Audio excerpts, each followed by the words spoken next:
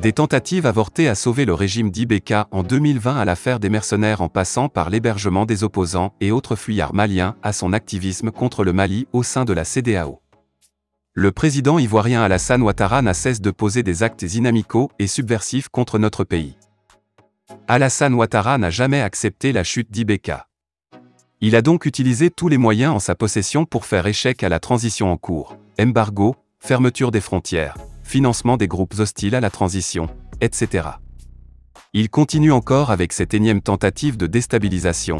L'audace des Maliens à débarquer son acolyte Ibeka lui est restée en travers de la gorge. Contre le peuple malien, Alassane Ouattara a gardé une dent tenace. L'hostilité de Alassane Ouattara remonte dès les manifestations monstres du M5 RFP en juin-juillet 2020. Depuis ce moment, sous l'impulsion d'Alassane Ouattara, la CEDEAO n'avait cessé de brandir la menace des sanctions contre les dirigeants du mouvement qui exigeaient le départ d'Ibeka. Le président Ouattara a, en effet, tout tenté pour torpiller le mouvement. En vain.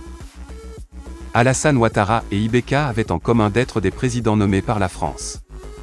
En effet, le vieux président ivoirien avait bénéficié du soutien de l'ex-puissance coloniale pour occuper le fauteuil présidentiel à la suite d'une rébellion sanglante et au prix fort, des centaines de milliers de victimes.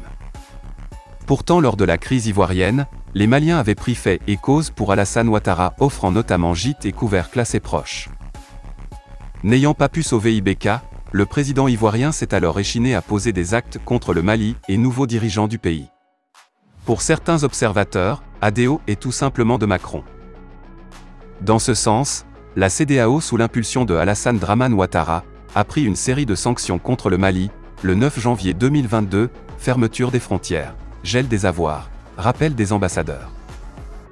Ces sanctions ont choqué l'opinion publique malienne et africaine. Aujourd'hui encore, des voix s'élèvent partout pour dénoncer l'acharnement de la CEDEAO contre le Mali et ses dirigeants. Ces sanctions sont finalement levées le 3 juillet 2022. Autre acte posé par ADO, l'accueil et l'hébergement à Abidjan de plusieurs personnalités politiques maliennes en délicatesse avec le pouvoir sinon la justice malienne. Il s'agit, notamment de Karim Keita, ancien député, fils de l'ancien président Ibrahim Boubacar Keita. Ce dernier fait pourtant l'objet d'un mandat d'arrêt international, car soupçonné d'être impliqué dans la disparition du journaliste Birama Touré. D'autres pontes de l'ancien régime ont trouvé refuge à Abidjan, notamment l'ancien ministre de la Défense Thiéman Hubert Koulibaly, Enea Ibrahim Koulibaly, président du mouvement républicain. Ce dernier s'est autoproclamé président de la transition depuis Abidjan en mars 2002. Il fait l'objet de poursuites judiciaires. Pourquoi ces actes inamicaux contre le Mali? Que veut au juste Alassane Dramane Ouattara?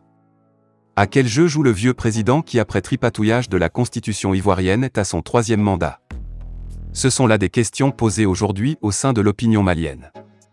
Pour sa part, professeur Franklin Niamsi, panafricaniste et conseiller de Guillaume Soro, explique, Alassane Ouattara, se croit supérieur. Il n'a jamais pardonné aux autorités de la transition leur refus d'allégeance. Surtout leur volonté de souveraineté. Il entreprendra toutes les actions pour déstabiliser le Mali.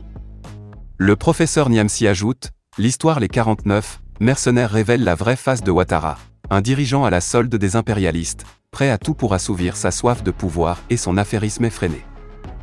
Il est aussi reproché à Alassane Ouattara, une conversation téléphonique présumée entre lui et l'ancien Premier ministre d'Ibeka.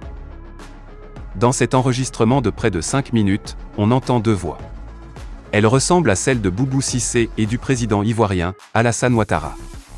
Ce dernier demande à M. Cissé de le briefer sur l'impact des sanctions de la CEDEAO contre le Mali. L'interlocuteur au bout du fil présage une situation qui ne pourrait pas être tenable dans 3 ou 4 semaines de plus, malgré ce que font croire les autorités de la transition. Il évoque, aussi, la cherté de certains produits, et même l'impossibilité de payer les salaires dans les mois à venir. Les deux hommes tiennent d'autres propos sur l'attitude des autorités actuelles du pays. À la suite de cette affaire, le parquet de la commune 4 a ouvert une enquête préliminaire pour atteinte ou tentative d'atteinte et complicité à la sûreté intérieure et extérieure du Mali, en cause une conversation téléphonique entre deux personnalités dont l'une est malienne. Alors, l'on doit n'être guère surpris aujourd'hui du coup foiré de Alassane Ouattara consistant à l'infiltration à Bamako de mercenaires. La question essentielle est de savoir l'objectif visé par cette infiltration d'éléments des forces spéciales armées ivoiriennes, dont la plupart appartiennent aux forces spéciales. Dans quel cadre ces militaires ont-ils été envoyés à Bamako? Quels étaient les objectifs visés par les commanditaires de cette infiltration? Les enquêtes en cours permettront sans doute de lever des voiles sur cette affaire qui sent une forte odeur de mercenariat commandité par le vieux des Abidjan.